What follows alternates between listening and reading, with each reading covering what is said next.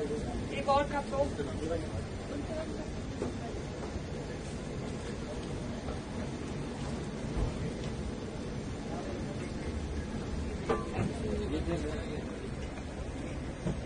इस तरह ये दो ले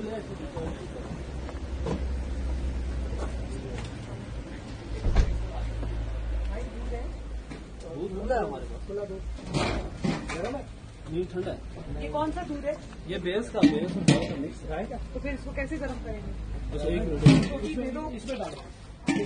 इसमें कैसे गर्म होगा? वही कर चलाना है तुमने? नहीं खैर चलेगा नहीं हो जाए। कोई बात नहीं कोई बात नहीं। कहाँ से आई है? इसमें ये चाहिए कश्मीर से? वो अलग डालो। फिर तो आप हाँ उधर रखने में डालो ये इधर डालो। अरे शुगर ना लेना यार वो साथ इसमें डालते हैं शुगर का भाई इसमें शाशी है। ये बॉक्स में लगा